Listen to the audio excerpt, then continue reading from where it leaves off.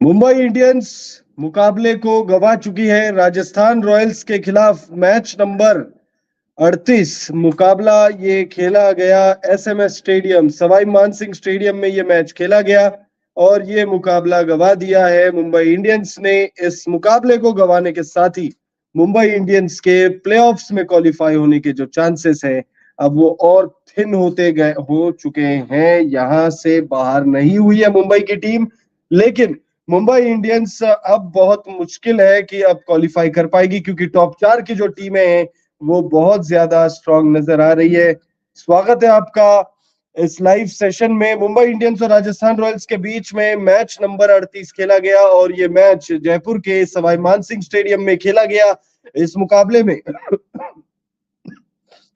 में मुंबई इंडियंस ने टॉस जीतकर पहले बल्लेबाजी करने का फैसला किया और पहले बल्लेबाजी करने का फैसला बिल्कुल शुरुआत में गलत लगा, फिर बाद में ठीक हो गया, लेकिन अंत आप कह सकते हो कि जो अंतिम पड़ाव रहा बल्लेबाजी का मुंबई इंडियंस का, वो थोड़ा सा आप कह सकते हो कि जिस तरीके की फिनिश चाहती थी टीम उस तरीके की फिनिश नहीं मिली।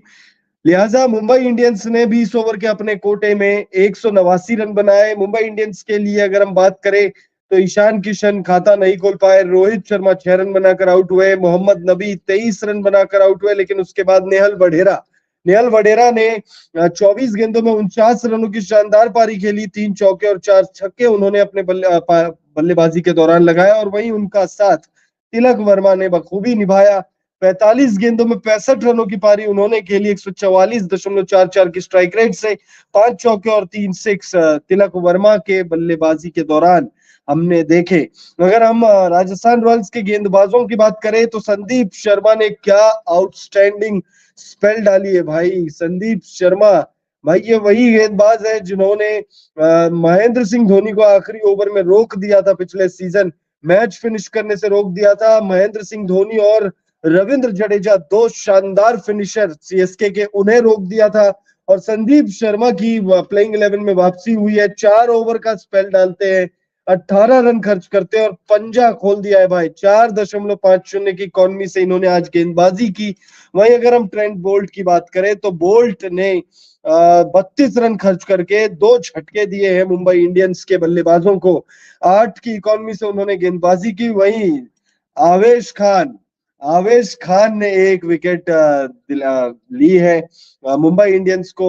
एक झटका जो है आवेश खान की गेंदबाजी के दौरान लगी है। तो वहीं यूजी स्टार स्पिनर, आईपीएल इतिहास के, आईपीएल की हिस्ट्री के सबसे सक्सेसफुल गेंदबाज, 4 ओवर 48 रन खर्च किया है और एक विकेट उनको मिले।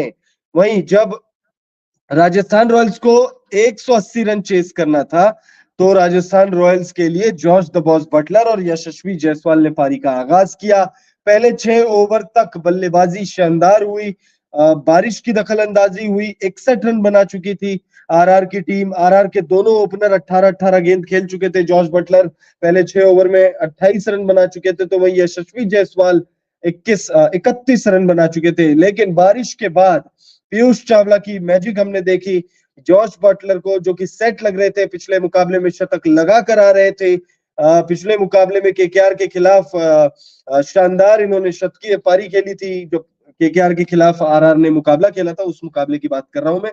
उस मैच में शानदार जीत दिलाई थी केकेआर, लगभग जीत ही गई थी उस मैच को, लेकिन जॉर्ज द बॉस बटलर अपने अकेले दम पर, अपने बलबूते मैच जो है वो जिता दिया था। और आज जो है जब सॉलिड पोजीशन में आ गए थे, 28 रन बना चुके थे, लेकिन उसके बाद जब बारिश की दखलंदाजी हुई तो पीयूष चावला की मैजिक हमने देखी और उन्होंने 35 रन पर जॉर्ज द बॉस बटलर यानी जॉर्ज बटलर को चलता कर दिया। लेकिन चलता नहीं कर पाए कोई यशस्वी जायसवाल को। यशस्वी जायसवाल लगातार अच्छी पारी खेल रहे हैं, लगातार वो शानदार टच में है। ये सीजन थोड़ा सा ऑफ ऑफ रहा है उनके लिए अब तक, लेकिन आज के मुकाबले में मुंबई इंडियंस के खिलाफ शतक लगा दिया है। तो भाई मुंबई इंडियंस वाले सोच रहे होंगे कि भाई हमारी टीम के खिलाफ आरआर का ओपनर शतक लगा ही दे रहा है। पिछले मुकाबले में जो है शतक मुंबई के खिलाफ शतक नहीं, वो मुकाबला विराट कोहली आरसीबी के खिलाफ था, माफी चाहूंगा। रोहित शर्मा का भी शतक बर्बाद हुआ था, लेकिन वो मुकाबला किसी और टीम के साथ था, ये मुकाबला किसी और टीम के साथ है। मुंबई इंडियंस और राजस्थान रॉयल्स मुंबई इंडियंस और राजस्थान रॉयल्स के बीच जो मैच नंबर 38 खेला गया है, इस मुकाबले में यशस्वी जायसवाल ने आईपीएल करियर की अपनी दूसरी और इस सीजन की पहली सेंचुरी जो है जड़ दी है। रोहित शर्मा काफी ज्यादा, हालांकि मैच खत्म होने के बाद जो दृश्य देखे गए, उस दृश्य को देखने के बाद आप ऐसा कह सकते हो कि यशस्वी जायसवाल को शायद कुछ कॉन्फिडेंस दिया है उन्होंने। T20 वर्ल्ड कप के लिए स्क्वाड अनाउंस होना है और यशस्वी जायसवाल, मैच फिनिश होने के बाद रोहित शर्मा यशस्वी जायसवाल के साथ काफी देर तक बात करते हुए देखे गए। रोहित शर्मा अपनी टीम के खिलाड़ियों के साथ बात नहीं कर रहे थे, वो बात कर रहे थे यशस्वी जायसवाल के साथ। हम सब जानते हैं यशस्वी जायसवाल का नाम भले ही रेस में है, लेकिन यशस्वी जायसवाल के नाम की चर्चा उतनी ज्यादा नहीं हो रही थी। लेकिन जो तस्वीर हमने इस मैच के बाद देखी है, रोहित शर्मा यशस्वी जायसवाल के साथ बातचीत कर रहे हैं। आप कह सकते हो कि T20 वर्ल्ड कप 2024 जो वेस्ट इंडीज और अमेरिका की संयुक्त मेजबानी में खेली जानी है, उस T20 वर्ल्ड कप के लिए जायसवाल के नाम की अब चर्चा होने लगेगी। और शायद हो सकता है कि, क्योंकि देखिए हम सब जानते हैं कि भाई शुभमन गिल उतनी शानदार फॉर्म में नहीं है, उतने शानदार लय में नजर नहीं आ रहे। हालांकि कुछ कुछ अच्छी पारियां उन्होंने, बड़ी तो नहीं कहूंगा, कुछ अच्छी पारियां उन्होंने जरूर खेली है। कुछ यशस्वी जायसवाल ने भी कुछ अच्छी पारियां ही खेली हुई है। कोई ऐसा नहीं है कि रनों का पहाड़ खड़ा कर दिया हो यशस्वी जायसवाल ने, लेकिन यशस्वी जायसवाल ने शतक लगाकर अपना जो है अपनी दावेदारी आप कह सकते हो कि ठोक दी है। वो अब T20 वर्ल्ड कप 2024 के लिए उन्होंने अपनी दावेदारी ठोक दी है। देखना बहुत दिलचस्प होगा। आपको बता देते हैं कि भाई शुभमन गिल और यशस्वी जायसवाल दोनों में से किसने कितने रन अब तक इस सीजन लगाए हैं। एक शतक लगाकर, देखिए एक शतक लगाकर आप रेस में आगे निकल जाते हो। आपको अगर हम बताएं यशस्वी जायसवाल की अगर हम बात करें, तो यशस्वी जायसवाल जो है इस सीजन उन्होंने एक शतक लगा दिया है और इस एक शतक के बाद आप कह सकते हो कि वो रेस में थोड़ा सा आगे हो गए। 8 मुकाबले खेले, 225 रन वो इस सीजन लगा चुके हैं। ये कोई बहुत बड़े और शानदार नंबर्स नहीं है, लेकिन जब आप इन नंबर्स को हालांकि यहाँ पर अगर आप देखो तो शुभमन गिल जो है वो 298 रन बना चुके हैं। शुभमन गिल और यशस्वी जायसवाल में बस एक चीज का अंतर है, और अंतर ये है कि शुभमन गिल जो है कंसिस्टेंटली हर मैच में रन्स बना रहे हैं। बड़ी पारियां कुछ आई है, जैसे एक 89 रनों की पारी आई थी और एक 50 इन्होंने और जड़ा है। उसके अलावा 30-40 30-40 30-40 वाली पारियां आ रही है, जिस वजह से ये 300 रन बना चुके हैं। ऑन दी अदर हैंड अगर आप देखो तो यशस्वी जायसवाल ने जो ये 225 रन बनाए हैं, उसमें सिर्फ एक शतक है, एक भी 50 नहीं है। अब आप कमेंट करके हमें बता सकते हैं कि आपको क्या लगता है इस T20 वर्ल्ड कप में किस बल्लेबाज को, यशस्वी जायसवाल और शुभमन गिल में से किसे रोहित शर्मा को ओपनर होना चाहिए, या फिर आप आउट ऑफ द सिलेबस जाके ईशान किशन का नाम ले रहे हो। कमेंट करके हमें ये भी आप बता सकते हो। बहरहाल मैच की बात कर लेते हैं। ये मैच बड़ा इंटरेस्टिंग हम कह सकते थे, लेकिन कहेंगे नहीं, क्योंकि ये मुकाबला वन साइडेड रहा है। ये मुकाबला वन साइडेड इसलिए रहा है क्योंकि स्क्रीन पर जो आप दृश्य देख रहे हैं उसका बल्ला नहीं चला। ये वन साइडेड इसलिए रहा है क्योंकि स्क्रीन पर अभी आप जिसका चेहरा देख रहे हैं, रोहित शर्मा, उनका बल्ला नहीं चला।